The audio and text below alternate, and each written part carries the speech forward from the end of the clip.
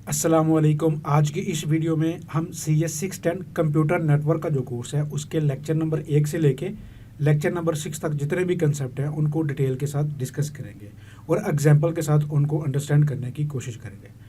At the end, video के and पे हम जितने भी MCQs पॉसिबल इसके अंदर बन सकते हैं उनके बारे में डिस्कस करेंगे और उन MCQs को हम देखेंगे कौन कौन से MCQs बन सकते हैं उसके अंदर।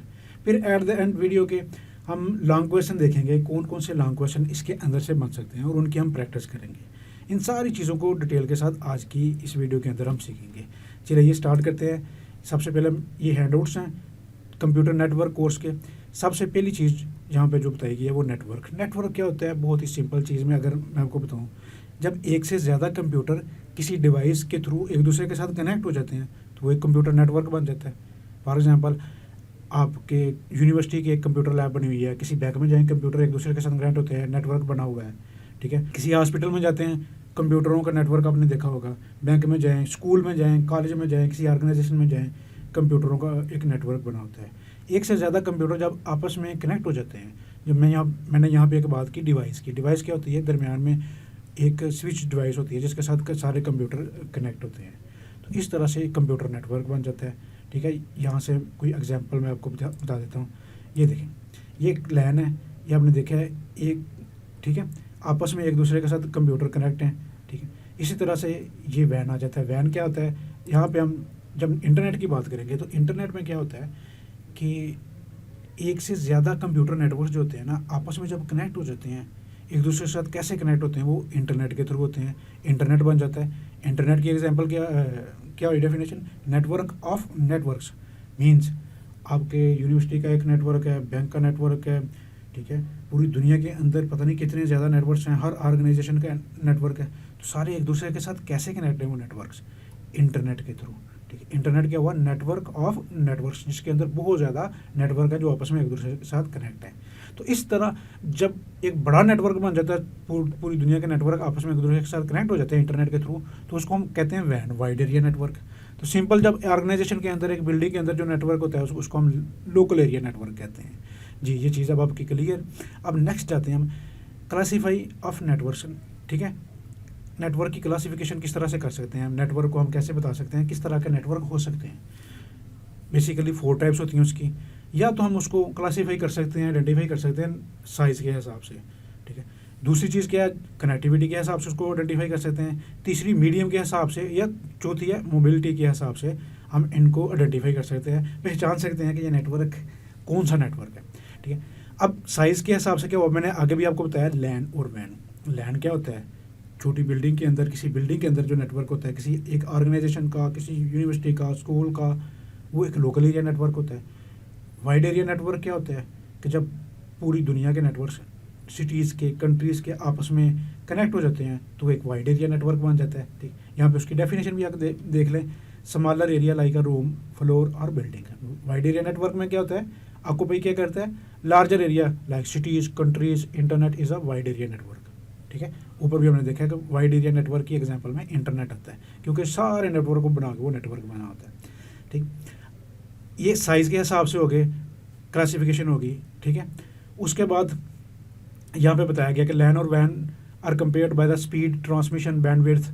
ठीक है, लेटेंसी, जो डिले होता है उसको हम लेटेंसी कहते हैं। मैनेजमेंट, सिक्योरिटी, रिलायबिलिटी, तो बिलिंग और दूसरे स्टैंडर्ड के हिसाब से। अब बैंडविड्थ में आ जाता है कि स्पीड किसकी ज़्यादा है। ठीक है, ट्रांसमिशन की स्पीड कहाँ पे ज़्यादा मिलती है, डिले कहाँ पे हमारा डाटा ट्रांसफ़र करने का काम आता है, किसको मैनेज करना ज़्यादा आसान है, सिक्योरिटी कहाँ पे ज़्यादा होती है, रिलायबल कौन सा ज़्यादा होता है।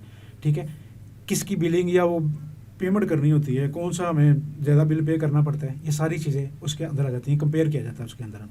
तो इसकी मैं अगर थोड़ी सी डिटेल आपको बता दूँ आपके नॉलेज के लिए, तो लैंड के अंदर सिक्योरिटी ज़्यादा होती है। वाइड एरिया जो इंटरनेट है, पब्लिक नेटवर्क है, वो नहीं सिक्योर। ठीक है, उसके ऊपर वो सब दुनिया कनेक्टेड है, हैकर्स भी होते हैं, तो वहाँ पे उतनी सिक्योरिटी नहीं है। लैंड जो है वो आपका स्पेसिफिकली सिर्फ आपके ऑर्गेनाइजेशन के अंदर होता है, तो उसके अंदर ज़्यादा सिक्योरिटी होती है। और लैंड के अंदर आपके कंप्यूटर भी कम होते हैं, तो उसके अंदर आपकी लेटेंसी रेट भी कम होता है, उसको मैनेज करना भी आपके लिए ज़्यादा आसान होता है, और वो रिलायबल भी ज़्यादा होता है। और उसका जो बिलिंग भी है वो भी, इंटरनेट में तो बिल पे करना पड़ता है हमें, कोई ISP है जो इंटरनेट सर्विस प्रोवाइडर है, उससे सर्विसेज लेना पड़ती है। लेकिन लैंड के अंदर तो हम अपना नेटवर्क बना सकते हैं। ठीक है, ये चीज़ क्लियर। आगे क्या है, कनेक्टिविटी किस तरह से हो सकती है। नेटवर्क जो होते हैं ना आपस में या तो पॉइंट टू पॉइंट कनेक्ट होते हैं एक दूसरे के साथ, या ब्रॉडकास्ट उसके अंदर कंसेप्ट आ जाता है। पॉइंट टू पॉइंट में अब दो टोपोलॉजी आती हैं। टोपोलॉजी के बारे में आपने इससे पहले कोर्स में पढ़ा हुआ है। टोपोलॉजी क्या होती है, फिजिकल अरेंजमेंट होती है डिवाइसेज की, कि हमारे पास कंप्यूटर पड़े हुए हैं 5 6 7 8 10 जितने भी हैं, उनको फिजिकली कैसे हमने अरेंज करना है, फिजिकली कैसे कनेक्ट करना है, किस चीज़ को मद्देनज़र रखते हुए कनेक्ट करना है। जो फिजिकली कनेक्शन होता है, फिजिकली आपस में डिवाइसेज जो कनेक्ट होती हैं वो अरेंजमेंट होती है, उसको हम टोपोलॉजी कहते हैं। टोपोलॉजी की डिफरेंट टाइप्स हैं, जिनमें से एक स्टार टोपोलॉजी है। स्टार टोपोलॉजी में क्या होता है, ठीक है, सारी डिवाइसेज जो होती हैं पॉइंट टू पॉइंट कनेक्ट होती हैं। दरमियान वाली जो डिवाइस होती है सेंट्रल डिवाइस क्या होती है, ये हब होती है, ये स्विच होती है। हब पहले होती थी, अब ऑब्सोलीट हो गया, अब नहीं यूज़ होती, अब स्विच यूज़ होते हैं, ठीक है। हब नॉन इंटेलिजेंट डिवाइस है, उसको पता नहीं चलता कि जैसे डाटा है वो सबको सेंड करता है, भाई जिसका है ले ले। स्विच इंटेलिजेंट डिवाइस है, स्विच अब यूज़ होते हैं, उसके बाद डाटा जाता है तो उसको पता है, पूरा टेबल होता है कहाँ से डाटा है और कहाँ पे मैंने सेंड करना है, ठीक। ये स्विच होता है, ठीक है, सारे पॉइंट टू पॉइंट इसके साथ है, सेंट्रल डिवाइस के साथ कनेक्ट है। इस तरह से ये ट्री टोपोलॉजी आ जाती है। ट्री टोपोलॉजी में एक मेन स्विच लगा हुआ है, उसके आगे नेटवर्क है, उसके साथ आगे स्विचेस है, ठीक है, डिपार्टमेंट है, मेन है, उसका सर्वर है, आगे उसके साथ नेक्स्ट डिपार्टमेंट के साथ कनेक्ट है। इस तरह से ये एक ट्री टोपोलॉजी बन जाती है स्टार टोपोलॉजी को जब हम एक्सपेंड कर देते हैं, ठीक है। तो ये भी पॉइंट टू पॉइंट ये देखें कनेक्ट हो रहे हैं, इसके अंदर कनेक्शन भी सिंपल ये चीज़ थी। ब्रॉडकास्ट में क्या आता है, सैटेलाइट या रिंग टोपोलॉजी आ जाती है। अब सैटेलाइट में क्या देखें कि जब सैटेलाइट कम्युनिकेशन होती है, यहाँ से ज़मीन से हमारे जो है सेंटर जो है डाटा सेंड करता है, सैटेलाइट के पास जाता है, सैटेलाइट उसको ऊपर से ब्रॉडकास्ट करता है, ठीक है। तो ऊपर से सिग्नल जो है हमारे ज़मीन के ऊपर सेंड करता है, तो हमारी जो रिसीवर है उसके पास वो सिग्नल चले जाते हैं। रिंग टोपोलॉजी भी ब्रॉडकास्ट है। इसको ब्रॉडकास्ट क्यों कहते हैं कि एक रिंग की फॉर्म में टोपोलॉजी बनी होती है, तो इसके अंदर क्या होता है कि एक रिंग सर्कुलेट कर रहा होता है। रिंग क्या होता है, एक स्ट्रीम ऑफ बिट्स होती हैं, एक पैटर्न ऑफ बिट का पैटर्न होता है जो कॉन्स्टेंटली उसके अंदर सर्कुलेट कर रहा है, ब्रॉडकास्ट कर रहा है। जिसने डाटा सेंड करना है उस स्ट्रीम ऑफ बिट्स को, उस जो टोकन है उस, ठीक है, जो रिंग को टोकन कहते हैं सॉरी उसको, ठीक है, उस टोकन को पकड़ता है, डाटा लेके सेंड कर देता है, फिर उसको रिलीज़ कर देता है, उसके अंदर ब्रॉडकास्ट होता रहता है। इस पॉइंट ऑफ व्यू से इसको ब्रॉडकास्ट टोपोलॉजी के अंदर उसको शामिल किया गया कि वो ब्रॉडकास्ट होता रहता है जो है टोकन उसके अंदर। तो यहाँ पे एक रिंग की फॉर्म में है, ठीक है। तो एडवांटेज डिसएडवांटेज जो के हैं वो बाद में हम डिस्कस करेंगे, अभी वो आपने देखे भी हुए हैं पहले कोर्सेज के अंदर। सिंपल सी एक चीज़ थी, अब जो भी अभी हमने समझ नहीं है। मीडियम के अंदर क्या हो जाता है, कुछ जो ट्रांसमिशन मीडियम होता है ना, जो कनेक्ट करते हैं हम फिजिकली डिवाइसेस को एक दूसरे के साथ कनेक्ट करते हैं, तो वो डिफरेंट टाइप का मीडियम है। वो आपने पहले भी पढ़ा हुआ है, कॉपर वायर होती है, ठीक है, ट्विस्टेड पेयर केबल जिसको हम कहते हैं। उसके बाद कोएक्सियल केबल होती है, ऑप्टिकल फाइबर केबल होती है, और रेडियो वेव्स होते हैं, ठीक है। किस मीडियम के थ्रू आपस में कंप्यूटर नेटवर्क बना के अपने डिवाइसेस को कनेक्ट किया गया। अमूमन जब हम जाते हैं किसी स्कूल कॉलेज या ऑर्गेनाइजेशन में, सबसे ज़्यादा जो केबल यूज होती है ना हमारे लोकल एरिया नेटवर्क के अंदर, कंप्यूटर नेटवर्क के अंदर, वो कॉपर वायर होती है जिसको ट्विस्टेड पेयर केबल कहते हैं, ठीक। उसका आपने सुना होगा कैटेगरी 5 6 7, ठीक है, वो वाली ट्विस्टेड पेयर केबल यूज होती है। कोएक्सियल केबल जो होती है वो आपने देखा होगा, वो घर में केबल लगी हुई है आपके, तो उसके पीछे जो केबल आगे अटैच हो रही है वो ट्विस्टेड कोएक्सियल केबल होती है। ऑप्टिकल फाइबर जो है आजकल PTCL जो है काफ़ी ज़्यादा जो है पाकिस्तान के अंदर अपना इंफ्रास्ट्रक्चर जो है उसको एक्सपैंड कर रही है, तो फाइबर के ऊपर लेके आ रही है। उसकी स्पीड बहुत ज़्यादा होती है, लाइट ऑफ स्पीड के फिनोमेना पे वो काम करती है। सबसे ज़्यादा सिक्योर और ज़्यादा स्पीड फाइबर ऑप्टिकल की होती है। उसके बाद फिर रेडियो वेव्स आ जाती हैं। इन सारी चीज़ों के बारे में आपने इससे पहले कोर्स के अंदर डिटेल के साथ पढ़ा हुआ है, ठीक है। यहाँ पे इनकी थोड़ी सी डिटेल ही आपने देखनी है। यहाँ पे इसका थोड़ा सा आप देख लेते हैं, ठीक है। ये सारे मीडियम जो है डिफर करते हैं from each other with respect different parameters. These parameters are speed of transmission, ठीक है, जो अभी हम बात कर रहे थे, स्पीड किसकी ज़्यादा है, सिक्योर कौन सी है, रिलायबल कौन सी है, range of the receiver, range कितनी है, किस केबल की कितनी रेंज है, ठीक है, and transmitter computer, sharing of information, topology, installation and maintenance, cost, reliability, different factors होते हैं जिनको मद्देनजर रखता है, ठीक है। हमने कॉस्ट देखनी होती है, रिलायबिलिटी देखनी होती है, सिक्योरिटी देखनी होती है। बाज़ का मैं कहता हूँ मुझे ये सिक्योरिटी इतनी नहीं चाहिए, स्पीड इतनी नहीं चाहिए, लेकिन मैं कॉस्ट इफेक्टिव होना चाहिए, मेरे पास इतने पैसे नहीं है। बाज़ का कोई बंदा कहता है कि नहीं भाई मुझे सिक्योरिटी चाहिए और स्पीड बड़ी ज़्यादा चाहिए, कॉस्ट की आप फिक्र ना करें, तो फिर वहाँ पे ऑप्टिकल फाइबर डिपेंड करता है आपके सिनेरियो के ऊपर कि आप कौन सी जो है ट्रांसमिशन मीडियम उसको यूज़ करना चाह रहे हैं, ठीक है। आगे for example the range of radio waves will be much more than an optical fibre, ठीक है। Similarly other medium differ from each other and medium is selected from the sake of transmission. ठीक, इस तरह से different parameters को मद्देनज़र रखते हुए कि आपने अगर रेंज ज़्यादा लेनी है, ज़्यादा रेंज के ऊपर आप सिग्नल को ट्रांसमिट करना चाह रहे हैं, स्पीड ज़्यादा लेना चाह रहे हैं, कॉस्ट इफेक्टिव सोल्यूशन चाह रहे हैं, वो आपके ऊपर डिपेंड करता है। उसके सिनेरियो को मद्देनज़र रखते हुए फिर आप उस ट्रांसमिशन मीडियम को सिलेक्ट करते हैं। आगे मोबिलिटी आ जाती है। मोबिलिटी के अंदर या तो मोबिलिटी क्या होती है कि एक तो फिक्स्ड नेटवर्क होता है, एक मोबाइल नेटवर्क होता है जहाँ पे मूव करते हैं। ठीक है, मूवेबल नेटवर्क, डिवाइसेस मूव कर जाती हैं, फिक्स्ड नहीं होती। एक तो नेटवर्क होता है जहाँ पे कंप्यूटर पड़े हुए हैं, फिक्स्ड हैं। ठीक है, फिक्स्ड नेटवर्क होगा। एक तो मोबाइल नेटवर्क होता है जिसमें डिवाइसेस मूव करती रहती हैं अपनी प्लेस से एक जगह से दूसरी जगह पे, उसको मोबाइल नेटवर्क कहते हैं। आगे देखें, in these days mobile network और the hot case mobile networks have been emerged in the last decade. ठीक है, वहाँ पे क्या आगे उन्होंने बताया कि in this regard there are some issues which are attached with the mobility of network. वहाँ पे क्या जाता है कि जब लोकेशन चेंज होती है, एक बूस्टर से दूसरे बूस्टर में जाते हैं या उस लोकेशन से दूर जाते हैं, तो सिग्नल में प्रॉब्लम आपने देखी है। आपकी मोबाइल के अंदर जो सिम के सिग्नल्स हैं वो बास का कम हो जाते हैं, इस तरह के इशू आ जाते हैं। ठीक है, वहाँ पे लोकेशन और ट्रैकिंग है।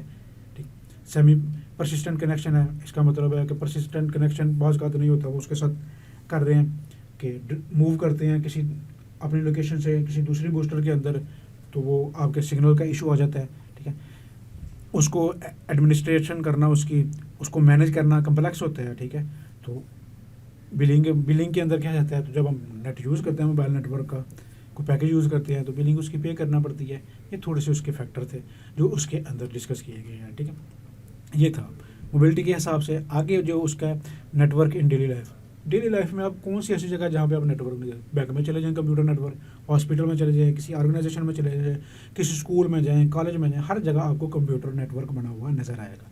ठीक है, वही चीज़ यहाँ पे बता रहा है। Network are very much useful at government and federal government level, local government, military organisation, मतलब जहाँ पे भी जाएँ अब तो कंप्यूटर नेटवर्क हर जगह आपको मिलेगा। ठीक है, in education we have online libraries, हम घर में बैठ के कुछ भी एक्सेस कर सकते हैं। ये सारी चीज़ें जो है नेटवर्क की एग्जांपल्स हैं। ये सिंपल चीज़ यहाँ पे बताई गई है। अगर एक कंसेप्ट डिस्कस किया हुआ है complex of network system, complexity क्या है उसकी, कम्प्लेक्स क्यों कहा जाता है नेटवर्क सिस्टम को। कुछ चीज़ें हैं जिनकी बुनियाद पे इसको कम्प्लेक्स कह देते हैं हम कंप्यूटर नेटवर्क को। उसमें क्या जाता है कि डिफरेंट टेक्नोलॉजी एग्जिस्ट करती हैं। कंप्यूटर नेटवर्क को आपने बनाना है तो डिफरेंट डिवाइसेस हैं, डिफरेंट टेक्नोलॉजी हैं, डिफरेंट ट्रांसमिशन मीडियम है। ठीक है, इस तरह से डिफरेंट टेक्नोलॉजी एग्जिस्ट करती हैं जिसकी बेस पे कब कौन सी टेक्नोलॉजी को हमने यूज़ करना है, कहाँ पे कौन सी फ़ायदेमंद होगी, ये सारी चीज़ों का नॉलेज आपको होना ज़रूरी है। एक दफ़ा इसको पढ़ भी लेते हैं। Because many companies have developed networking standards which are not compatible with each other. कोई एक जो डिवाइस है, ठीक है, उसके जो स्टैंडर्ड हैं किसी दूसरी कंपनी ने जो डिवाइस बनाई है हो सकता है उसके साथ कंपेटिबल ना हो, कंपेटिबिलिटी के इशू आ जाते हैं। इसलिए ऐसी चीज़ बनाई जाती है जो स्टैंडर्ड हो। मीन्स कि एक यूएसबी है तो स्टैंडर्ड को मद्देनज़र रखते हुए बनाई जाती है कि वो कहीं पे भी अटैच हो जाए। ये नहीं कि वो अगर यूएसबी बनाई है, किंगस्टन ने बनाई है या जिसने भी बनाई है, तो सिर्फ एचपी के कंप्यूटर के साथ अटैच होगी या डेल के साथ अटैच होगी, तो वो किसी भी कंप्यूटर के पोर्ट के साथ उसको अटैच कर देते हैं। वो कुछ स्टैंडर्ड को मद्देनज़र रखते हुए वो चीज़ फिर डिज़ाइन की जाती है। उसके बाद नो सिंगल अंडरलाइन मॉडल या थ्योरी। ठीक है, कोई एक सिंगल मॉडल या थ्योरी नहीं है। ठीक है, इस उसके अंदर क्या कह रहा है, which specify or define different aspect of networking. ठीक है, various organisation and research group जो हैं have developed conceptual model that can be used to explain different and similar between network hardware and software. तो एक technology की बजाय कह रहे हैं डिफरेंट जो कंसेप्चुअल मॉडल एग्जिस्ट कर रहे हैं।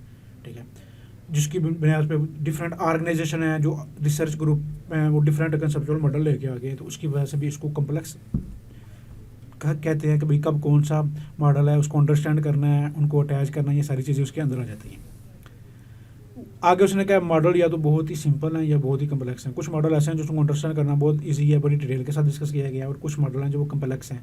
ठीक है, उनको अंडरस्टैंड करने में, उनको इम्प्लीमेंट करने में मुश्किल पेश आती है। मॉडल आपने पढ़े होंगे, OSI model, TCP IP model, different model exist करते हैं। ठीक है, कम्युनिकेशन मॉडल जो है वो आगे उसने बात की है नो सिंपल और यूनिफॉर्म टर्मिनोलॉजी। ठीक है, कोई एक यूनिफॉर्म टर्मिनोलॉजी यूज़ नहीं होती, डिफरेंट टर्मिनोलॉजी इसके अंदर यूज़ होती है नेटवर्क के कंसेप्ट जो को जब आप पढ़ते हैं नेटवर्क के सब्जेक्ट को। डिफरेंट किस्म की टर्मिनोलॉजी यूज़ हो रही होती हैं, डिफरेंट किस्म की एब्रीवेशन यूज़ हो रही होती हैं, ठीक है। आगे उसने कहा कि इस कम्प्लेक्सिटी को आपने कैसे रिमूव करना है, कैसे इसके अंदर खुद को इम्प्रूव करना है, मास्टरिंग द कम्प्लेक्सिटी, कैसे आपने इसके अंदर मास्टर बनना है। उसके लिए क्या है कि डिफरेंट जो हैं टर्मिनोलॉजी, उनके बारे में इसके अंदर देखेंगे हम। डिफरेंट टर्मिनोलॉजी इस कोर्स के अंदर हैं, एब्रीवेशन इसके अंदर हैं। आप जब इस पूरे कोर्स को पढ़ लेंगे, जितनी भी टर्मिनोलॉजी इसके अंदर यूज़ हो रही हैं, उनको देखने के बाद आप काफ़ी ज़्यादा कंसेप्ट आपके क्लियर हो जाएंगे।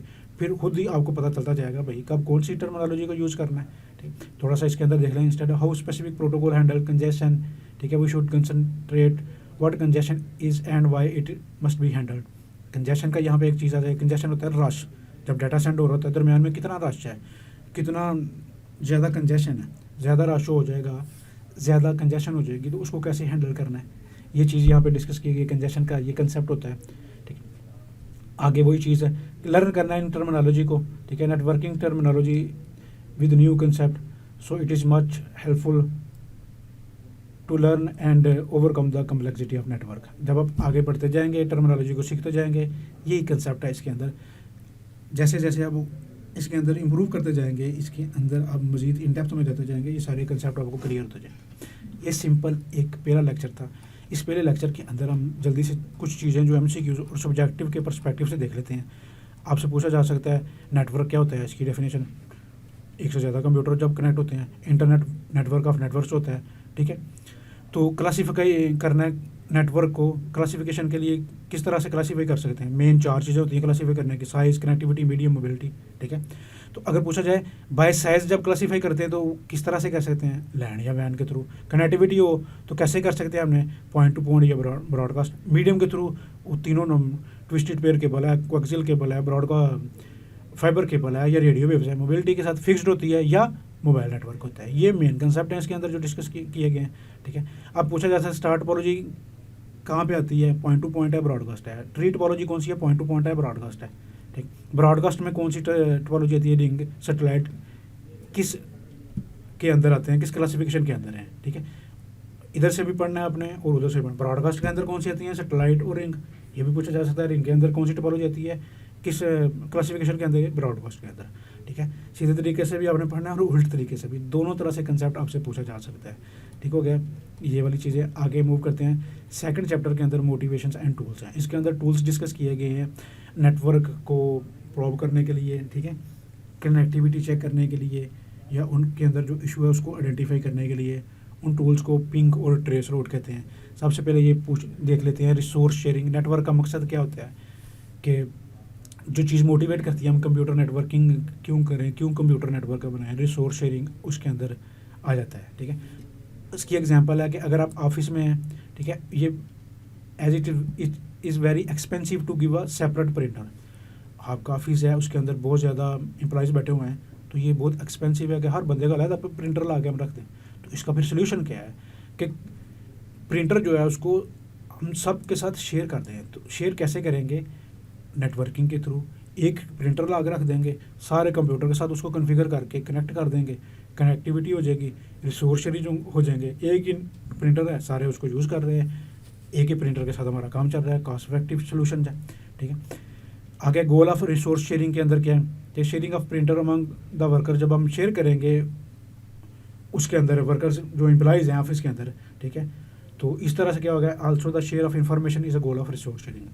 तो आपस में जब कंप्यूटर कनेक्ट होंगे एक दूसरे के साथ, जो आपकी इन्फॉर्मेशन है एक दूसरे के साथ शेयर कर सकते हैं, ठीक है, बजाय इसके कि दूसरे बंदे के पास जाए या कोई डाटा फाइल चाहिए यूएसबी में ले लो, ये मुझे यूएसबी में कर दो, उसके पास जाए यूएसबी में लेके आए, अपने कंप्यूटर में करें आप ला के।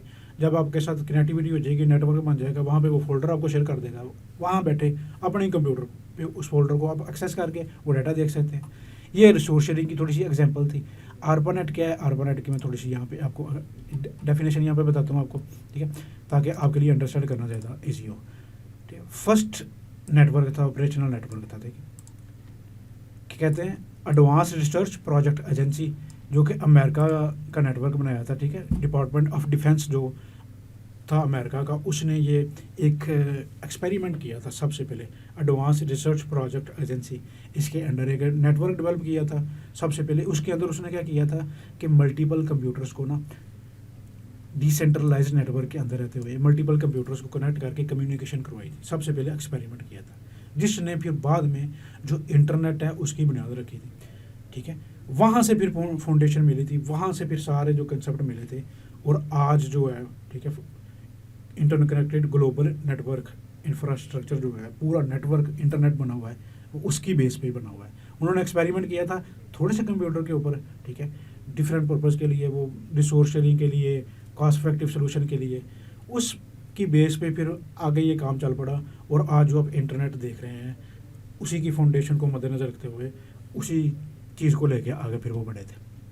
ठीक हो गया, चले नेक्स्ट मूव करते हैं। नेक्स्ट के अंदर क्या जी, ये यहाँ पे बताया गया है कि ग्रोथ ऑफ इंटरनेट, कैसे इंटरनेट के ऊपर यूज़र ग्रो कर रहे हैं। ये 1981 से लेके ना 2003 तक का ग्राफ है, ये वाले दोनों। मैं आपको अपडेटेड ग्राफ यहाँ से दिखा देता हूँ। ठीक है, ये देखें 2005 से लेके 2023 तक ये ग्राफ है। वो वाला ग्राफ भी आप देख लें, पुराने जो है उसके नंबर ऑफ़ यूज़र देखने के लिए, ये 1981 से लेके 2003 तक है। ठीक है, यहाँ से आपको पता चल जाएगा किस तरह से इंटरनेट ग्रो हो रहा है। ये देखें कितने मिलियंस या कितने नंबर ऑफ़ यूज़र बढ़ रहे हैं। अब लेटेस्ट ग्राफ ये वाला लिंक मैं आपके साथ शेयर कर दूंगा, 2005 से लेके 2023 तक। ये देखें कितने मिलियंस यूज़र हर साल इंक्रीज़ कर रहे हैं। यहाँ पर मैं एक लिस्ट में फॉर्म को दिखाता हूँ। ठीक है, यहाँ से देखें 16 मिलियन यूज़र थे, अगले साल देखें कितने बढ़ गए, उससे अगले साल देखें कितने बढ़ गए। ये देखें 1995 में 16 मिलियन यूज़र थे, आज देखें 2022 में 5544 मिलियन यूज़र आज जो है। ठीक है, ये 2022 की बात करें, 2023 में तो और बढ़ गए होंगे। इस तरह से ये मिलियंस ऑफ यूज़र हर साल इंक्रीज़ कर रहे हैं, उसके रिलेटेड वो ग्राफ दिखाया गया। लेटेस्ट ग्राफ था जो आपके साथ शेयर कर दिया। आगे जी पिंक और ट्रेस रोड कमांड कौन सी है, ये हम करके देखते हैं। सबसे पहले आपने जाना है CMD में, कमांड प्रॉम्प्ट ओपन करना है। इसको ओपन करने के बाद आपने यहाँ पे लिखना है, ठीक है, पिंग कमांड। पिंग कमांड किसे लिखता है, PING। पिंग कमांड मैं प्रैक्टिकली करके दिखा रहा हूँ ताकि फिर आपको जो थ्योरेटिकल कंसेप्ट है उसको अंडरस्टैंड करना आपके लिए ज़्यादा ईजी हो। पिंग के अंदर लिखना है अपने www.google.com। ठीक है, ये देखें ये उसको पिंग करना स्टार्ट कर दी है। अब इसको अंडरस्टैंड करते हैं, ये रिज़ल्ट क्या है, पिंग को हमने क्यों यूज़ किया है। इंटरनेट के ऊपर किसी भी डिवाइस या वेबसाइट या कोई सर्वर है, उसकी कनेक्टिविटी चेक करनी है, वो एक्टिव है, लाइव है, चल रहा है कि नहीं चल रहा। पिंग की कमांड से हम चेक कर सकते हैं उसकी कनेक्टिविटी को। पिंग कमांड क्या करती है कि 4 नंबर ऑफ पैकेट सेंड करती है, इन्फॉर्मेशन और पैकेट उस सर्वर के पास जाते हैं, उसको रिस्पांस करता है। अगर उतना ही पैकेट हमें रिसीव हो जाए तो उसका मतलब है वो कनेक्टेड है। ठीक है, यहाँ पे थोड़ी सी इन्फॉर्मेशन है, ये टाइम बता रहा है, ये मिली सेकंड्स में टाइम होता है। यहाँ से एक पैकेट जाता है उसके पास और कितने टाइम में वापस आता है, कितना डिले आ रहा है दरमियान में, लेटेंसी कितनी आ रही है, ये जो टाइम है हमें ये बताता है। टाइम टू लिव जो होता है, ठीक है, नंबर ऑफ़ होप्स जिनमें से डाटा गुजर के जाना होता है, इसका भी मैं थोड़ा सा आपको मज़ीद अभी बताता हूँ कि जब भी हमारा पैकेट सेंड होता है ना, उसको एक वैल्यू TTL वैल्यू असाइन की जाती है। तो जो ही जितनी भी होप क्या कहती है, रोटर जो दरमियान में होते हैं। रोटर क्या होती है, कौन सी डिवाइस होती है जो डिफरेंट नेटवर्क को कनेक्ट करती है, हमारे लैन को वैन के साथ कनेक्ट करती है रोटर। दरमियान में इंटरनेट के ऊपर बेशुमार रोटर्स हैं, जितने रोटर से डाटा गुजर के जाता है तो उसकी TTL की वैल्यू डिक्रीज़ होती जाती है, एक एक कम होती जाती है। ठीक है, तो जब हमारा जो स्पेसिफिक सर्वर है उसके बाद डाटा जाता है तो TTL वैल्यू फिर ख़त्म हो जाती है। इसका TTL वैल्यू का मकसद क्या होता है रखने का। बाज़ बात ऐसा भी होता है कि हम पिंग की कमांड को यूज़ कर लें, किसी ऐसे सर्वर के साथ पिंग कर रहे हैं जो नेटवर्क इंटरनेट के ऊपर अवेलेबल ही नहीं है, तो जब इसको सेंड करेंगे आप तो वो तो ऐसे ही घूमती रहेगी, TTL वैल्यू बड़ी ज़्यादा होगी तो इंक्रीज़ होती रहेगी, बहुत ज़्यादा ट्रैफिक हो जाएगी, कंजेशन कर देगी इंटरनेट के ऊपर। फिर TTL वैल्यू हम असाइन करते हैं जिसकी मैक्सिमम वैल्यू 255 होती है, क्योंकि जो ही रोटर एक रोटर से दूसरे रोटर के पास, एक होप से दूसरे होप के पास ये पैकेट जाएगा, इसकी वैल्यू डिक्रीज़ होती जाती है हर होप के गुजरते हुए। तो एट द एंड एक टाइम आता है कि वो वैल्यू 0 हो जाती है, वो पैकेट खुद ब खुद ड्रॉप हो जाता है, फिनिश हो जाता है। इस तरह से कंजेशन नहीं होती है इंटरनेट के ऊपर। ठीक है, ये चीज़ क्लियर। बात का यहाँ पे एस्टेरिक भी आ जाता है। एस्टेरिक का मतलब है कि वो स्पेसिफिक जो होस्ट है वो रीचेबल नहीं है। ठीक है, डेस्टिनेशन होस्ट रीचेबल नहीं है, या टाइम आउट आ जाता है, उसकी रिक्वेस्ट आ जाती है। ठीक है, ये 2 किस्म की एरर भी आ जाती हैं, या डेस्टिनेशन होस्ट रीचेबल नहीं होती, या request time out. Request time out कब आती है, जब आपका पैकेट सेंड हुआ है तो बाय डिफ़ॉल्ट वो वेट करता है 4000 मिली सेकेंड्स। ठीक है, 4000 मिली सेकेंड या 4 सेकेंड, उसके अंदर अंदर वो रिस्पॉन्स नहीं आता तो वो टाइम रिक्वेस्ट टाइम की एरर दे देता है। ठीक है, क्योंकि डिले बड़ा ज़्यादा आ जाता है। डेस्टिनेशन होस्ट रीचेबल क्यों नहीं आती है कि जब हमारा पैकेट सेंड हुआ किसी रिमोट नेटवर्क है जहाँ पे डाटा पड़ा हुआ है, सर्वर पड़ा हुआ है, उसके पास पैकेट गया, आगे उस राउटर को, उस जो गेटवे डिवाइस है उसको के टेबल में कोई एरर है या कोई स्पेसिफिक जो डिवाइस है वो ऑफ है, नेटवर्क के साथ कनेक्टेड ही नहीं है, या पावर्ड ऑफ है, या उसके टेबल में कोई एंट्री मिसिंग है, इस तरह के इशू हो तो वो फिर डेस्टिनेशन होस्ट जो है अनरीचेबल की एरर दे देता है। ये कंसेप्ट भी आपके क्लियर। आगे जाते हैं जी, उसके अंदर पिंग की कमांड के बाद हम देखते हैं जी, इसको रिमूव करता हूँ, ट्रेस रूट की कमांड। उसकी कमांड क्या कहना है, ट्रेसर टी, आगे स्पेस देनी है, ये ट्रेस रूट की कमांड है, ठीक है। आपने लिखना क्या है, ट्रेसर टी .www.google.com, ठीक है। कोई भी वेबसाइट है, किसी को भी आपने करना है, ट्रेस रूट करना है या पिंग करना है तो उस तरह कर देते हैं। ये ट्रेस रूट कमांड और पिंग कमांड में थोड़ा सा डिफरेंस क्या है कि ट्रेस रूट जो कमांड है ना, आपके और उस स्पेसिफिक सर्वर के दरमियान कंप्लीट पाथ, डिटेल्ड पाथ जो है उसको शो करवाती है कि हमारा डाटा कौन कौन सी हो, कौन कौन से राउटर से गुजर के गया। तो दरमियान में जितने भी राउटर हैं, कि जितनी भी डिवाइसेस हैं, वो सारा कंप्लीट पाथ दिखाती है। तो इससे हमें आइडेंटिफाई कर सकते हैं, कोई प्रॉब्लम आइडेंटिफाई कर सकते हैं, कहाँ पे डिले ज़्यादा आ रहा है, कहाँ पे हमारा जाके जो पैकेट है ड्रॉप हो गया है, तो कहाँ पे कोई इशू है उसको हम आइडेंटिफाई कर सकते हैं और उस इशू को रिजॉल्व कर सकते हैं। पिंग जो है, देखे आपने देखा था वो एक दफ़ा मिली सेकंड में बताता था, ट्रेस रूट 3 दफ़ा बता रहा है मिली सेकंड्स में। ये 3 दफ़ा एक ही पैकेट को सेंड करती है, वो कंसिस्टेंसी चेक करने के लिए कि वो जो डिले की कंसिस्टेंसी आ रही है, कुछ कहीं ज़्यादा डिले तो नहीं आ रहा, वो सेम ही डिले चल रहा है ना, कोई ज़्यादा परफॉर्मेंस डिग्रेड तो नहीं है नेटवर्क। ये देखें इतना ज़्यादा फ़र्क नहीं आएगा इनके दरमियान, ठीक है। तो जहाँ पे ज़्यादा फ़र्क आ रहा होगा तो वहाँ पे भी हम आइडेंटिफाई कर सकते हैं। अब यहाँ पे अस्टेरिक आ रहा है, ये चीज़ भी आपने देख लेनी है। जहाँ पे अस्टेरिक हो तो जब पैकेट ड्रॉप आउट हो जाता है तो कौन सा जो साइन है ये कमांड शो करवाती है, अस्टेरिक का, ठीक है। तो ये अस्टेरिक शो हो जाता है, बाज़ का पैकेट ड्रॉप आउट हो जाता है कंजेशन की वजह से, डिले की वजह से। तो बाकी इससे परेशान नहीं होना आपने। ट्रेस रूट की कमांड भी क्लियर आपकी, ठीक है। ट्रेस रूट का कंसेप्ट भी क्लियर हो गया, ये सारी चीज़ें क्लियर हो गई। नेक्स्ट जो है ये एक जो है चैप्टर, इसके अंदर क्या होता है कि जो हम आपने डाटा कम्युनिकेशन पढ़ी हुई है ना, उसके जो चैप्टर नंबर 4, 5, 6 है ना, उनको डिस्कस किया गया है, उनके जो कंसेप्ट है ना आपको रिमाइंड करवाने के लिए। बाकी ये इसके अंदर और कुछ भी नहीं, सिर्फ आपको रिमाइंड करवाने के लिए जो कंसेप्ट है उनको क्लियर करवाने के लिए, ताकि आने वाले कंसेप्ट आपको ज़्यादा इजीली अंडरस्टैंड हो जाए। उसको एक दफ़ा रिवाइज़ किया है, चैप्टर नंबर 4, 5, 6 जो डाटा कम्युनिकेशन 601 का कोर्स था उसके चैप्टर्स को, ताकि एक दफ़ा आपको रिवाइज़ हो जाए और आगे आने वाले जो चैप्टर्स हैं आपको ईजिली अंडरस्टैंड हो जाए। उसके बाद नेक्स्ट चलते हैं, पैकेट क्या होता है। आइए, पैकेट में मैंने एक डेफिनेशन यहाँ पे आपके लिए लिखी हुई है। अच्छा जी, यहाँ पे पैकेट क्या जी, स्मॉल चंक ऑफ डाटा होता है। एक बड़ा डाटा सेंड करने की बजाय ना, जब नेटवर्क के ऊपर, कंप्यूटर नेटवर्क की बात हो रही होती है तो एक बहुत ही ज़्यादा डाटा उसको सेंड करने की बजाय ना, लार्जर अमाउंट ऑफ इन्फॉर्मेशन को हम छोटे छोटे चंक्स में डिवाइड कर लेते हैं। उन छोटे छोटे चंक्स को क्या कहते हैं, पैकेट्स कहते हैं, ठीक है। उन पैकेट्स को डिफरेंट नेम देते हैं, डिफरेंट लेयर्स के ऊपर, डिफरेंट टेक्नोलॉजी के पर्सपेक्टिव से। पैकेट भी कहते हैं, फ्रेम भी कहते हैं, सेगमेंट्स भी कह लेते हैं, ठीक है। मकसद यही होता है, वो chunks of information name change हो जाते हैं। डाटा लिंक लेयर पे उसको फ्रेम कह देते हैं, नेटवर्क लेयर पे उसको पैकेट कह देते हैं, ट्रांसपोर्ट लेयर पे जब जाएगा उसको फिर सेगमेंट कह देते हैं। लेकिन मेन मकसद क्या है, small amount of data, chunk of data, ठीक है। जैसे रियल लाइफ के एग्जांपल देखें, उसमें क्या होता है, ईच जो पैकेट है include source and destination.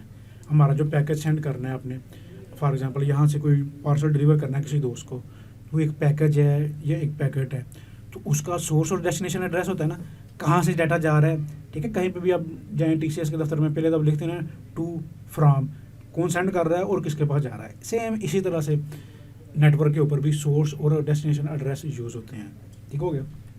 Time division का कंसेप्ट भी इसके अंदर आया हुआ था। टाइम डिवीजन मल्टीप्लेक्सिंग क्या होती है, टाइम डिवीजन मल्टीप्लेक्सिंग के अंदर क्या होता है कि एक specific period of time assign किया जाता है।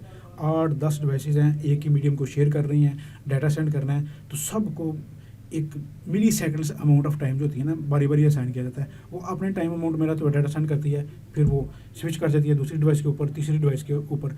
इतनी तेज़ी से ये काम हो रहा है कि वो हमें महसूस नहीं हो रहा था, लेकिन ये सारे टाइम जो है आपस में स्विचिंग हो रही थी है, ठीक है। इसको कहते हैं टाइम डिवीजन मल्टीप्लेक्सिंग, कि जब नंबर ऑफ़ स्लॉट्स अलॉट कर दी जाती हैं। और क्या होती है कि मतलब जैसे ही ये डाटा स्ट्रीम जाती हैं, अपना वो उसका टाइम आ गया, उसने डाटा सेंड किया, उसने सेंड कर दिया, जैसे जैसे डिफरेंट पैकेट सेंड हो रहे होते हैं रिसीवर की साइड पे जाते हैं तो वो रीअसेंबल हो जाते हैं जाके, मतलब सारे अपने अपने सीक्वेंस नंबर लगे होते हैं, जाके कंबाइन होकर डाटा वहाँ पे रिसीवर को मिल जाता है।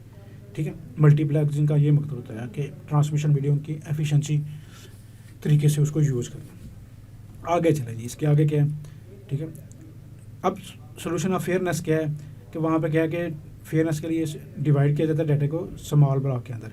फेयरनेस का मकसद क्या हुआ था कि वो, इसकी एग्जांपल ये थी कि अगर किसी ने large amount of data send करना है 500 MB, तो उतनी टाइम के लिए वो उसके पास फिर ट्रांसमिशन मीडियम आपको पे ही रहेगा, उसी का रहेगा, वो डाटा सेंड कर देगा, बाकी सारे बैठ के वेट करते रहेंगे। एक तो फिर टाइम TDM का जो हमने कंसेप्ट डिस्कस किया वो आ जाता है उसके अंदर। फिर एक चीज़ थी कि करते क्या है कि उसके लिए हम करते क्या हैं TDM के लिए, फिर हम ब्लॉक जो बहुत ज़्यादा डाटा बहुत ज़्यादा लार्ज अमाउंट में होता है उसको छोटे छोटे चंक्स में या ब्लॉक्स में हम डिवाइड कर लेते हैं, पैकेट्स बना लेते हैं, फिर हम सेंड करते हैं उसको। अब इसी कंसेप्ट को देखने के लिए कि अगर तो पैकेट के बगैर डाटा सेंड करें तो कितना टाइम लगता है, और पैकेट बना के सेंड करें तो फिर कितना टाइम एक यूज़र को लगता है। ठीक है, एक कंप्यूटर है, एक बंदा बैठा हुआ है, उसने डाटा शेयर करना है, सेंड करना है, तो अगर तो वो पूरे का पूरा डाटा सेंड करना शुरू कर देगा तो इतने मिनट्स लगेंगे उसको, बाकी सारे बैठ के वेट कर रहे होंगे। अगर वो पैकेट्स में डिवाइड करेगा, अपने टाइम अमाउंट में डाटा सेंड करेगा, तो फिर इतने सेकंड्स उसको पर लगेंगे। ठीक है, तो आगे TDM का कंसेप्ट डिस्कस किया है, TDM किस तरह से यूज़ होता है, पैकेट क्यों बनाते हैं, वही चीज़ जो मैं आपको बता चुका हूँ कि डिवाइड करते हैं स्मॉल पैकेट्स के अंदर, टाइम डिवीजन बिल्डिंग के अंदर, फिर वो एक टाइम स्लॉट अलॉट कर दी जाती है, उसके अंदर फिर वो अपना डाटा सेंड करते हैं। जो सारा कंसेप्ट मैंने ऑलरेडी आपको बता दिया। इस एग्जांपल को डिटेल के साथ हम समझते हैं। ठीक है, ये एग्जांपल इंपॉर्टेंट है, आपको अंडरस्टैंड होना भी चाहिए। ये कैसे आंसर निकला, कैसे क्या करते हैं, एक एक कंसेप्ट को डिटेल के साथ हम यहाँ पे देखें जी। फाइल साइज़ क्या है जी, 20 KB। अगर आपके पास फाइल साइज़ है 20 KB, KB का क्या मतलब होता है, किलो बाइट्स। ये कंसेप्ट भी आपको क्लियर होना चाहिए। बिट्स होती है सबसे पहले, 1 होती है या 0 होती है, 8 बिट्स को मिला के बाइट बन जाता है। 1 किलो बाइट में 1000 बाइट होते हैं, इस तरह से ये चलता है फिर। ठीक है, 1 किलो बाइट 1000 बाइट्स आ जाते हैं, एक बाइट के अंदर 8 बिट्स आ जाती हैं। इस तरह से हम आगे देखते हैं कैसे कन्वर्ट करते हैं। तो file size 20 KB will take 2.8 seconds, यानी कि अब 20 ये वाली तो मल्टीप्लाई करेंगे 1000 के साथ। ठीक है, क्योंकि ये किलो बाइट है ना ये वाला।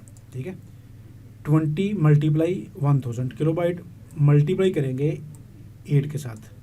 ठीक है, अब पहले हमने 1000 के साथ मल्टीप्लाई किया, उसके बन गए किलो बाइट्स के बाइट्स बन गए। बाइट्स को फिर बिट्स में कन्वर्ट करना है तो फिर 8 के साथ मल्टीप्लाई कर दिया। इसको डिटेल के साथ हम समझते हैं। ठीक है, अगर आप कंसीडर करें कि सिनेरियो जहाँ पे डाटा सेंड होना है चंक ऑफ 1000 बाइट में, फिर क्या होता है, 1000 बाइट का डाटा सेंड होना है, चंक कितने बने, 1000 बाइट का चंक बना, तो ये कितने किलो बाइट हैं। ठीक है, 20,000 बन गया, इसके साथ मल्टीप्लाई किया तो इतने बाइट बन गए। 1000 के साथ हम इसको डिवाइड करेंगे, 1000 बाइट हैं। ठीक है, तो 1000 के साथ इसको डिवाइड करेंगे तो टोटल हमारे पास कितने चंक्स बन जाएंगे, पैकेट्स कितने बन जाएंगे, 20 पैकेट्स बन जाएंगे ईच ऑफ 1000। ठीक है, 20 चंक्स कितने 1000 बिट्स का होगा। ठीक है, 1000 बाइट का होगा, जो भी होगा एक चंक, एक पैकेट 1000 बाइट का होगा। तो जो हमने कहा था 1000 बाइट हो तो कितने किलो बाइट की जो फाइल है 20,000 किलो बाइट की, 1000 को उसको पे डिवाइड करेंगे, 20 चंक्स बन जाएंगे, और मल्टीप्लाई 1.4 सेकंड्स जो कि 2.8 सेकंड्स बनेगा। यहाँ पे जाके देखें ये वाला। ठीक है, ये वाली एग्जांपल है, उसी को हम डिटेल के साथ हम देख रहे हैं। 20 चंक्स मल्टीप्लाई 1.8 सेकंड्स, वो कितना टाइम ले रहे हैं 1.4 सेकंड्स, और जब 20 चंक्स होंगे तो उनको इसके साथ मल्टीप्लाई करेंगे तो ये वाला टाइम हमारे पास निकल गया 2.8 सेकंड्स। इसको मज़ीद इस तरह से डिटेल के साथ आपको बताया गया। ठीक है, आगे देखें कि एक चंक जो है 1000 बाइट का कितने टाइम लेता है 0.14 second, therefore 20 chunks each of 100 byte will take 2.8 second. ठीक हो गया, यहाँ पे जाके देखते हैं, ये देखें ये एक चंक का निकलता है। Now each packet takes less than 0.2 second to transmit. ठीक है, ये वाला 2.8 सेकंड लेंगे 20 चंक्स होते हैं। ये क्या था। अब इसी एग्जांपल को देखते हैं, अगर हम इसी को विदाउट पैकेट हम सेंड करते हैं तो फिर क्या था, ठीक है। तो पहले तो हमने किया था पैकेट के साथ चेक कर रहे थे, विदाउट पैकेट जब हम सेंड करते हैं तो 11 मिनट लेता है, ठीक है। MB stand for megabyte, KB stand for kilobyte, ये चीज़ आपने रखनी है, मेगाबाइट और किलोबाइट, बाइट की बात कर रहे हैं हम, ठीक है। एक बाइट के अंदर कितने होते हैं, 1000 किलोबाइट होते हैं, एक MB के अंदर 1000 किलोबाइट होती हैं। तो अगर 5 MB की फाइल है तो उसको किसके साथ मल्टीप्लाई करेंगे, 1000 के साथ, तो क्या बन जाएंगे, एक MB के अंदर एक 1000 किलोबाइट होते हैं ना, अगर 5 MB है तो फिर कितने 1000 बाइट बनेंगे, 5 को मल्टीप्लाई कर देंगे 1000 के साथ तो 5000 किलोबाइट बन जाएंगे, ठीक है। 5000 किलोबाइट बन गए। अब क्या करना है, कन्वर्ट करना है किलोबाइट को बाइट के अंदर, ठीक है, बाय मल्टीप्लाई 1000, ठीक है। अब एक बाइट के अंदर, एक किलो बाइट के अंदर कितने बाइट होते हैं, 1000 बाइट होते हैं। हमने क्या करना है, कन्वर्ट करना है किलो बाइट को बाइट के अंदर, ठीक है, बाय मल्टीप्लाइंग 1000। 5000 किलो बाइट हैं, जब उसके बाइट बनाने हैं तो वो 1000 के साथ मल्टीप्लाई करते हैं। जैसे MB के किलो बाइट बनाने हैं 1000 के साथ मल्टीप्लाई कर दिया था, अब किलो बाइट के बाइट बनाने हैं फिर 1000 के साथ मल्टीप्लाई कर देंगे, इतने बाइट्स आ जाएंगे हमारे पास, ठीक है। अब इनको हमने कन्वर्ट करना है बिट्स के अंदर। Now convert byte into bits by multiply 8, ठीक है। 8 के साथ मल्टीप्लाई क्यों किया, एक बाइट के अंदर कितनी बिट्स होती हैं, 8 बिट्स होती हैं। अब इतने बाइट्स को 8 के साथ मल्टीप्लाई कर देंगे तो ये जो बिट्स हैं हमारे पास आ जाएंगे, इतनी बिट्स आ गई। हम अब क्या कैपेसिटी कितनी है लिंक की, 50 kbps ये वाली कैपेसिटी है, ठीक है। कितना मतलब डाटा सेंड कर सकते हैं, हमारे लिंक की कितनी कैपेसिटी है। यहाँ पे क्या है, air is kilo bits not bytes, ये चीज़ आपने याद रखनी है। 56 किलो बिट्स पर सेकंड है, किलो बाइट नहीं, ठीक है। B बड़ा होता तो फिर हम कहते हैं ये बाइट्स है, किलो बिट्स की बात हो रही है। So simple we will convert kilo bits into bits, ठीक है। मल्टीप्लाई कैसे करेंगे, किलो बिट्स को बिट्स के अंदर 1000 के साथ, यानी कि 56 मल्टीप्लाई 1000 बिट्स हैं, ठीक है। किलो बिट्स है ना, किलो, एक किलो का मतलब होता है 1000, मल्टीप्लाई करेंगे 1000 के साथ तो कितनी बिट्स आ जाएंगी, 56000 bits. Now divide total number of data bits by capacity of the link, ये वाला सिंपल सा एक फार्मूला है जो हमने मल्टीपल यूज़ करना है। कितनी बिट्स हैं जी, डिवाइड करना है total number of data bits को, total number of data bits कितनी है, ये वाली निकली है, ये वाली। किस पे डिवाइड करना है, capacity of the link, capacity of the link कितनी है, ये हमने निकाल ली है बिट्स को। क्यों, दोनों का जो हमने यूनिट है वो सेम कर लिया है, ठीक है। या तो बाइट्स में रख लें दोनों का यूनिट, या बिट्स में कन्वर्ट कर लें, दोनों को बिट्स में रख लिए, ये देखें ये भी बिट्स में, ये बिट्स में ले आए। अब सिंपल जो टोटल नंबर ऑफ डाटा है उसको कैपेसिटी पे डिवाइड कर देना, ये सिंपल फार्मूला है। तो इतने सेकंड्स हमारे पास आ जाए, 714.28 सेकंड्स हमारे पास आ गए, 714, ठीक है, .28, इतने सेकंड्स हमारे पास आ गए। अब इन सेकंड्स को मिनट्स में, अगर आप यहाँ तक भी आंसर तो निकल आया हमारा सेकंड्स के अंदर, लेकिन अगर चाह रहे हैं कि इसको मिनट्स के अंदर कैसे कन्वर्ट करना है, एक मिनट के अंदर 60 सेकंड होते हैं, पता है हमें। Will divide total seconds by 60, इन सेकंड्स को 60 पे डिवाइड किया तो हमारा आंसर क्या आ गया, 11.91 मिनट्स, ठीक है। अब यहाँ पे देखें 11.9 मिनट्स, ये वाली एग्जांपल विदाउट पैकेट्स की। कैसे डाटा सेंड हो रहा है, ठीक है।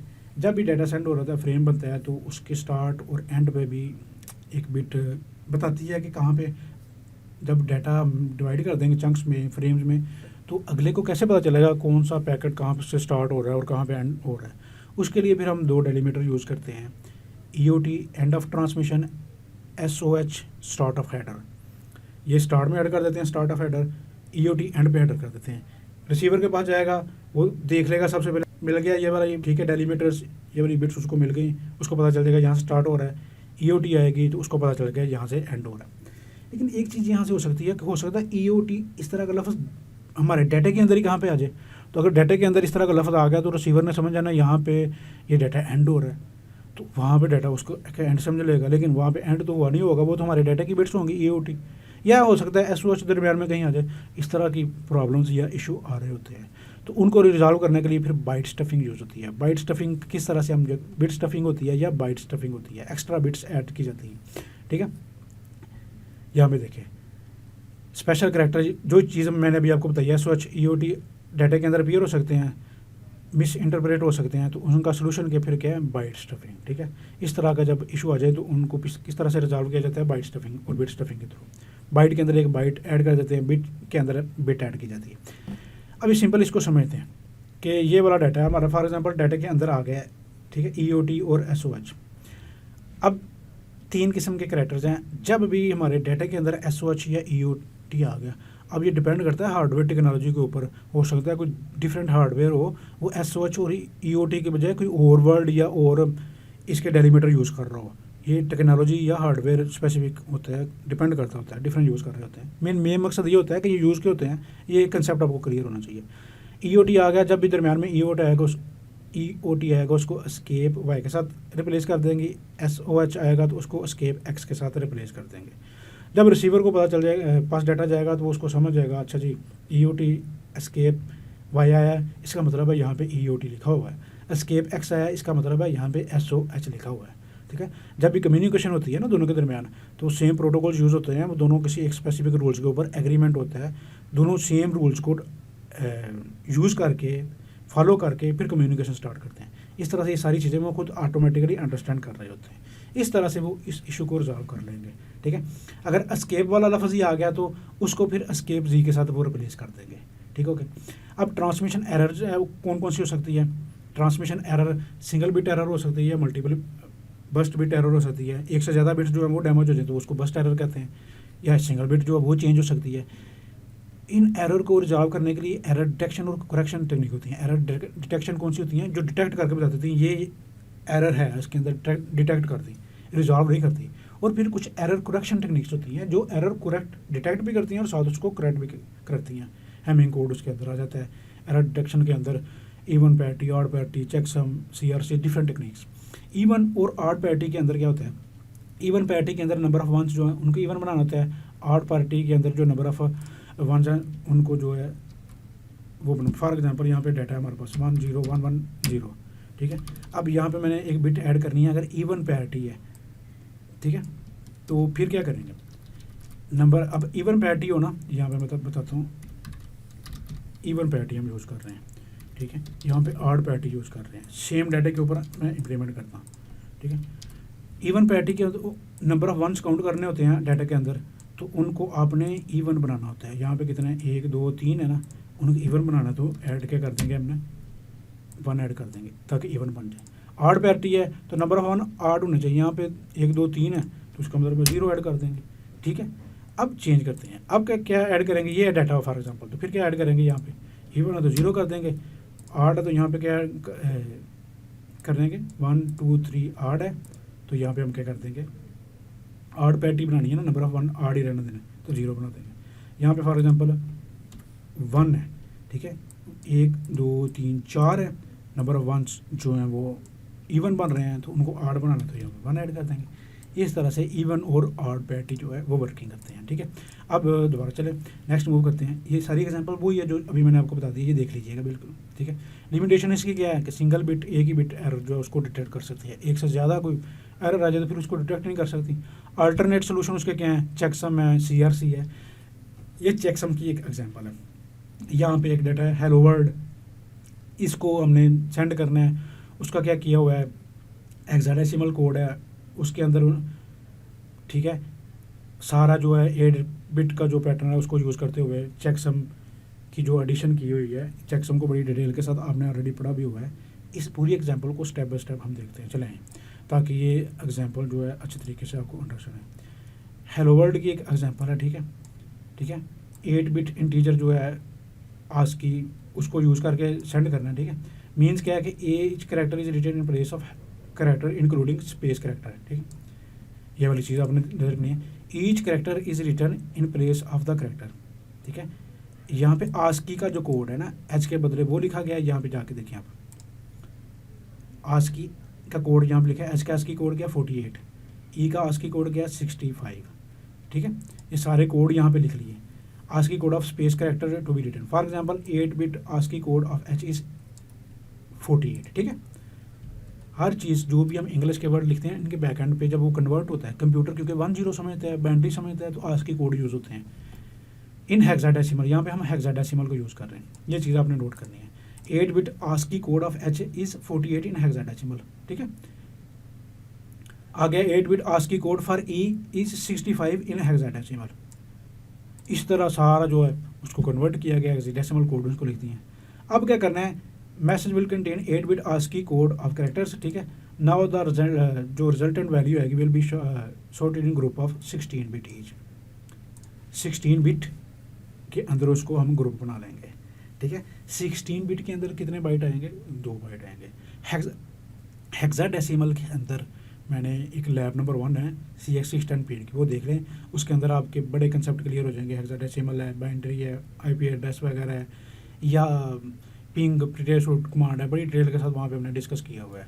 तो 16 बिट्स का ग्रुप बनाएंगे। 16 बिट्स कैसे बनाएंगी, तो हेक्साडेसिमल के ये 2 वैल्यू है ना, तो एक वैल्यू जो हेक्साडेसिमल की होती है ना, उसके अंदर नंबर ऑफ बिट्स 4 होती हैं। अगर 2 वैल्यू होंगी तो उसके अंदर हेक्साडेसिमल की नंबर ऑफ बिट्स कितनी होंगी, 8। हेक्साडेसिमल की नंबर ऑफ बिट्स 4 होंगी तो टोटल नंबर ऑफ बिट्स कितनी बन जाएंगी, 4 हेक्साडेसिमल के वर्ड। हेक्साडेसिमल का एक वैल्यू हो ना, एक वर्ड हो, तो उसकी 4 बिट्स होती हैं। अगर हेक्साडेसिमल की 4 वैल्यू हो तो फिर कितनी बिट्स होंगी, मल्टीप्लाई 4 के साथ कर दें, ठीक है, 16 बिट्स बन जाएंगी, ठीक है। यही वो चीज़, कंबाइंड वी गेट 16 बिट, ठीक है। ये वाला 16 बिट, ये कोड देखें 4865, ये 4 हेक्साडेसिमल की वैल्यू है, ये वाली मैं इसको ग्रीन कर देता हूँ, ठीक है, और 16 बिट का कोड बन जाएगा, ठीक है। And right are remaining values in group like this, ठीक है। This 16 bit integer value will be added with each other to find the sum. इसी तरह से एक ग्रुप कर लें, ये वाला जो है 1 2 3 4 सारे ग्रुप को करके ऐड करना है, एडिशन की गई है, ठीक है। The carry will also be added to the sum to have the checksum value. Carry जो आएगा उसको भी ऐड करते जाना है। अब यहाँ पे कैलकुलेशन के लिए मैं एक चीज़ आपको बताता हूँ पहले, कि ये 2 हेक्साडेसिमल की वैल्यू है। हेक्साडेसिमल की बेस होती है 16। अब इनको ऐड करना है, एग्जाम्पल के तौर पे मैं आपको बता रहा हूँ, ताकि वो फिर सारी कैलकुलेशन बहुत ईजी आसानी के साथ कर लेंगे। C और E इनको ऐड करना है। अब यहाँ पे आप कंफ्यूज हो रहे होंगे कि हेक्साडेसिमल के अंदर पता क्या होता है, हेक्साडेसिमल के अंदर 1 से लेके 9 तक तो वही डिजिट यूज होते हैं। 10 को A कहते हैं, 11 को हम B कहते हैं, 13 को हम C कहते हैं। लैब नंबर 1 जो है ना, वो उसके अंदर देखें मैं सारे कंसेप्ट बताए हुए हैं, ताकि ये चीज़ें आपकी क्लियर हो जाएं, ठीक है। अब यहाँ पे एक एग्जाम्पल है, उसको देखते हैं, ठीक है, डिटेल के साथ। फॉर एग्जाम्पल A+C करना है हमने, ठीक है। यहाँ पे मैं हेक्साडेसिमल का आपको टेबल दिखा देता हूँ, ये वाला, ठीक,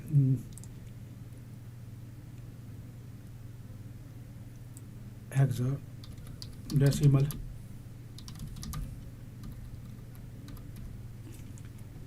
ये देखें जी, ये वाला, ठीक है। ये कोड है आपके सामने, मैंने ओपन कर दिया, ये नज़र आ रहा है। डेसिमल नंबर में कितना 0 से लेके 15 तक वैल्यू आ सकती है, 15 से ऊपर नहीं होगी हेक्साडेसिमल के अंदर।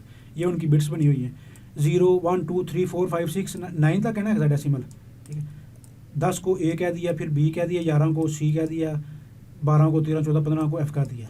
E होगा तो आपने समझ जाना कि ये 14 है, D होगा तो आपने समझ जाना ये 13 नंबर है, ठीक है। इस तरह से हेक्साडेसिमल वैल्यू होती हैं। दोबारा आए इसके ऊपर वापस आए, कहाँ थे ये। फॉर एग्जाम्पल A और C को आपने प्लस करना है, तो कैसे करेंगे। A की वैल्यू क्या होती है, as we know hexadecimal A is equal to 10, ठीक है, C is equal to 12।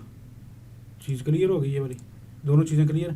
Now we will add A+C means 10 + 12 10 plus करेंगे 12 के अंदर, then our answer will be 22। यहाँ तक बात क्लियर, कोई मुश्किल कुछ भी नहीं, मुश्किल आसानी के साथ ऐड ही किया है ना हमने उसको देख के कि A का मतलब क्या है, C का मतलब क्या है, उनको ऐड कर दिया, 22 आ गया हमारे पास। Now we will divide 22 by 22/16, ठीक है।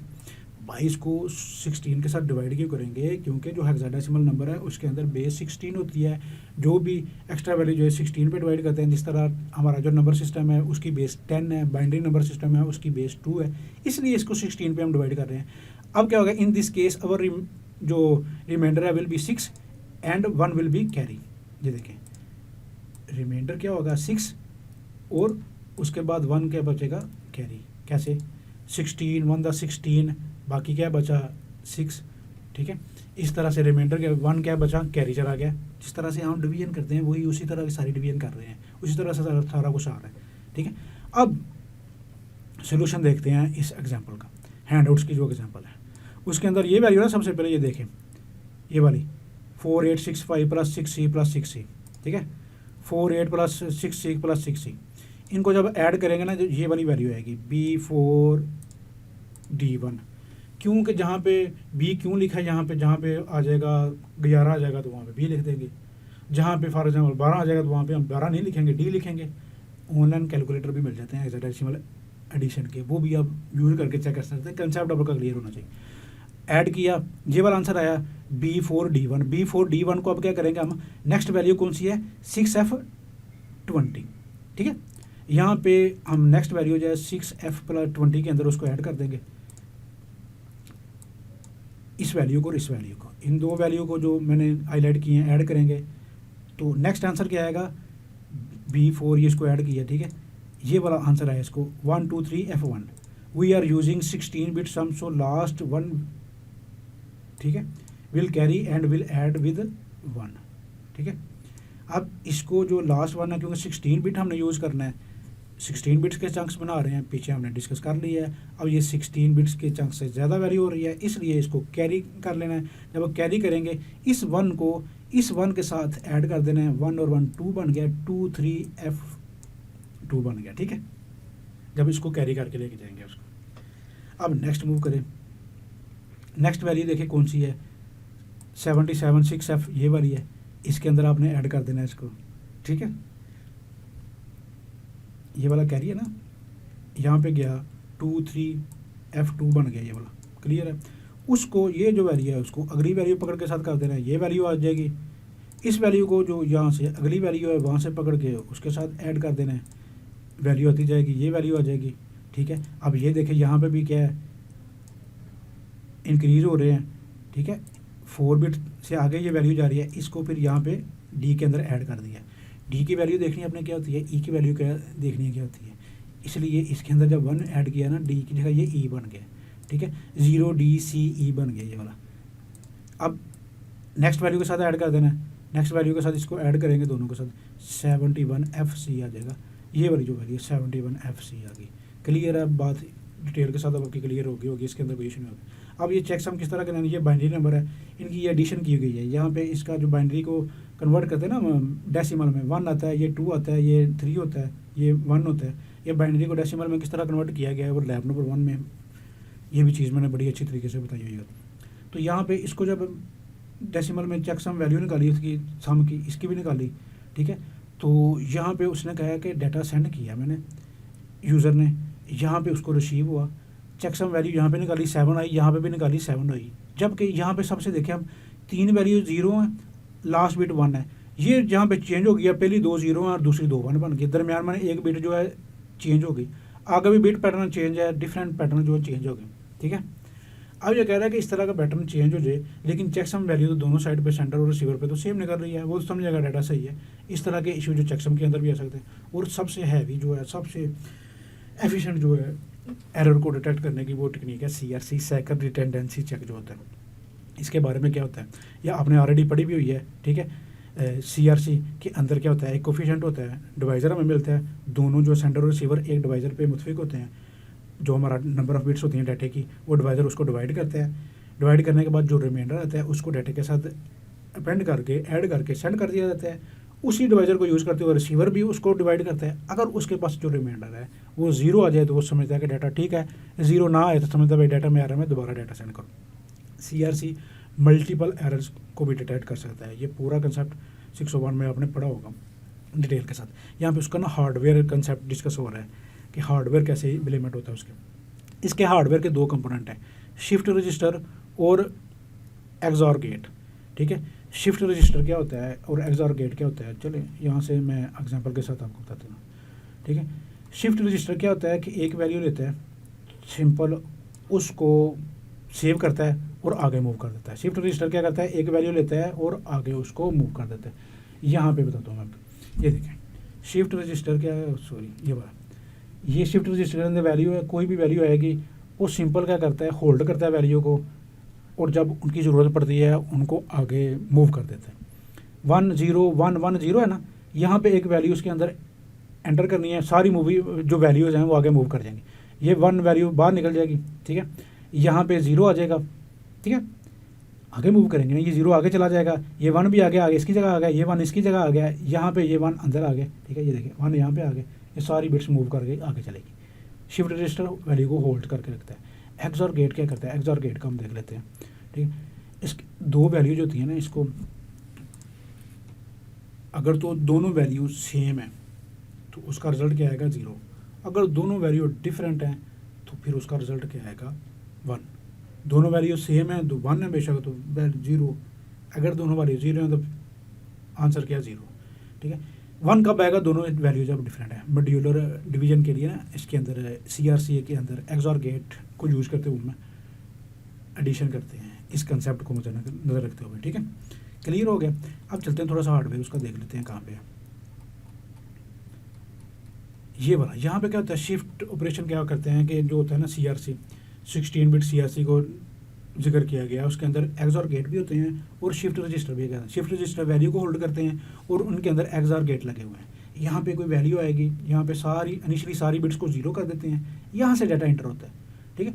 यहाँ पे जब एंटर होगा तो एक वैल्यू जाएगी, उसके अंदर जाएगी, ये जहाँ पे इनिशियली सारे 0 होते हैं, ये 0 मूव करके इधर आ जाएगा, यहाँ पे 0 होगा, यहाँ पे एक वैल्यू इनपुट देंगे, 1 भी हो सकती है या 0 भी हो सकती है। अगर 1 हुई और यहाँ पे 0 हुआ, 1 और 0 हुआ तो उसकी आउटपुट क्या होगी, एक्स और गेट के अंदर क्या होता है, दोनों वैल्यू डिफरेंट हो तो फिर 1 बन जाता है, यहाँ से 1 मूव कर जाएगा अंदर, ये सारी अंदर मूव कर दी जाएंगी। अगर यहाँ पे 0 हुई और यहाँ पे भी 0 हुई, दो वैल्यू सेम हुई तो फिर क्या यहाँ पे आउटपुट आएगी 0।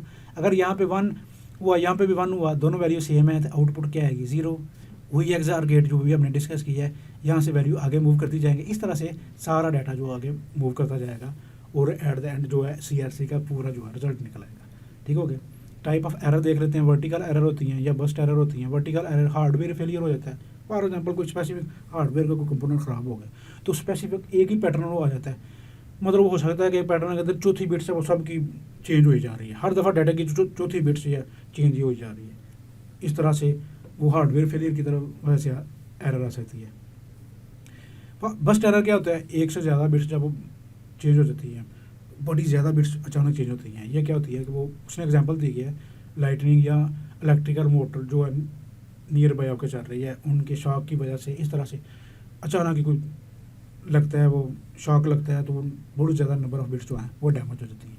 ये बस्ट एरर होती है, एक से ज़्यादा बिट्स जब वो कन्वर्ट हो जाती हैं, चेंज हो जाती हैं। ये फ्रेम फॉर्मेट है। EOT SOH ऐड होता है डाटा के साथ, हमारा ओरिजिनल डाटा होता है और उसके साथ CRC या कोड भी हम ऐड कर सकते हैं। इस तरह से आगे जो लैंड की ग्रोथ है, ठीक है, लैंड टेक्नोलॉजी है, उसके अंदर टोपोलॉजी है, कैसे कैसे एडवांसमेंट आई। सबसे पहले जी direct point to point connection क्या होता है, उसके एडवांटेज और डिसएडवांटेज क्या हैं, इसके बारे में। पॉइंट टू पॉइंट कनेक्शन के अंदर क्या होता है, हर डिवाइस दूसरी डिवाइस के साथ डायरेक्टली कनेक्टेड होती है, ठीक है। ये देखें जितनी भी डिवाइसेज है, ये इसके साथ भी, इसके साथ भी, इसके साथ भी कनेक्टेड है। जब इतनी ज़्यादा डिवाइसेज डायरेक्टली कनेक्टेड होगी तो इसका मतलब है फास्ट स्पीड होगी, किसी डिवाइस के थ्रू डाटा नहीं सेंड हो रहा, डायरेक्टली सेंड हो रहा है, सिक्योर होगी, ठीक है, सिक्योरिटी भी होगी और रिलायबल होगी।